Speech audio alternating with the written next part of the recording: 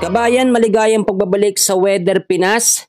So ngayon meron tayong pinaka-latest na weather update sa lagay ng ating panahon.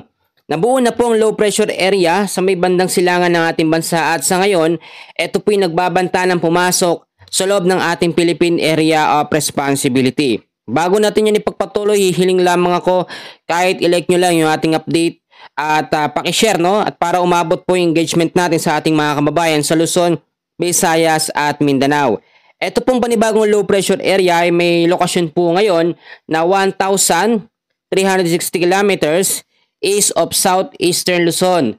At sa mga susunod na mga oras, possible na nasa loob na ito ng ating Philippine Area of Responsibility. Ito yung banta sa posibleng panibagong bagyo na tatawaging bagyong Paulo sa loob po ng ating bansa. So ipapakita ko muna sa inyo yung ating ginagamit ngayon na live weather radar na kung saan makikita natin yung direktang paggalaw o pagkilos nga po nito nga pong panibagong low pressure area. So ito ho, no, makikita nyo naman, medyo malayo pa naman itong LPA at meron nito sa ngayon na lakas ng hangin na 35 kilometers per hour. Medium chance na maging isang ganap na bagyo. Kapag ito po'y pumalo na sa 45 to 55 kilometers per hour, ay categorize na ito bilang isang tropical depression hanggang tropical storm category na bagyo. So ngayon yung direction naman niya, kung makikita nyo naman, papunta siya, no, dito sa may North Luzon at possible pag bumaba pa ito, Eastern Visayas na naman at Bicol Region, Central at South Luzon ang kanyang posibleng daanan. May mga pagbabago pa naman mga senaryo na ating tinitignan dyan.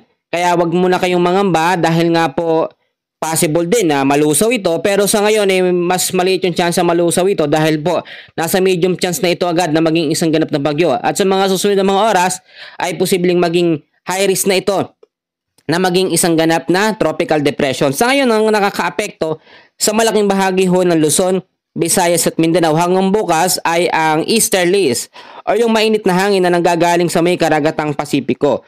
Kung napapansin nyo yung sirkulasyon ng mga hangin na yan po yung mainit na hangin na nanggagaling sa karagatang Pasipiko.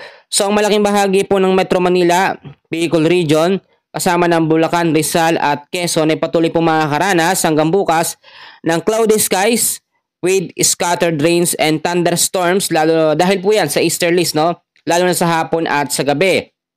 Ang ilang bahagi rin natin basa na hindi ko nabanggit dito sa ilang bahagi ng Luzon, ilang bahagi ng Visayas at Mindanao ay patuloy din makakaranas ng partly cloudy to cloudy skies with isolated rain showers or thunderstorm dahil pa rin sa easterlies o yung mainit na hangin na nanggagaling sa may karagatang Pasipiko. Bukod dyan, ngayong hapon din hanggang sa gabi ay possible ang mga localized thunderstorm. Kahapon, no, nakita nyo naman, hapon talagang pag-uulan. At kaninang umaga naman, ilang oras din nagpaulan ng mga thunderstorm, lalo na sa ilang bahagi ng Metro Manila. Ngayon, balikan natin. Ito nga pong panibagong low pressure area. Sa ngayon, hindi pa naman natin ito nakikitang bilang isang banta na magiging malakas na bagyo. Wala pa naman itong direktang epekto sa anumang bahagi ng ating bansa. Pero kapag ito'y mas lumapit pa, yung trap or extension ng kanyang hangin ay posibleng makaapekto sa ilang bahagi po ng North Luzon. Nakikita nyo naman. At pag bumaba naman siya or nagbago yung direction ho niya, possible Eastern Visayas ulit ang kanyang maapektuhan. At ipanalangin natin na ito ay malusaw o mawala dahil ngayong mga kababayan natin, lalo na sa Masbate, dyan sa may Eastern Visayas at ilang bahagi ng Luzon, ay sobra pong napinsala ng nakaraang bagyong Opong. At kung titingnan nyo naman, ayon sa ating pinaka-advanced weather forecast, hindi naman ito nakikita ng potential na magiging isang malakas na bagyo. Kung maging isang bagyo man ito, ay possible na nasa labas pa rin ito at hindi po ito direktang tatama sa ating Philippine landmass. At yung pinaka-category nito sa ngayon, possible hanggang tropical storm category lamang, medyo mahina lamang yon at hindi naman ganoong kalakasan. Pero may mga posibilidad pa rin kasi na pwedeng magbago sa pagkilos at galaw nga po nitong panibagong low pressure area. Tulad na ang sinasabi, wala man tayong aktibong bagyo pa sa loob ng PAR at easterly sa nagpapaulan, maging handa po tayo sa mga posibilidad na banta ng malawakang pag-uulan dahil po sa mga localized thunderstorm.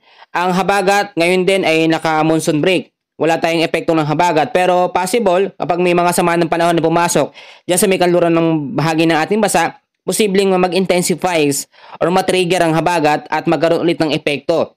Pero sa mga susunod na week, possible magbabalik na or mararanasan naman natin yung hanging amihan or malamig na hangin.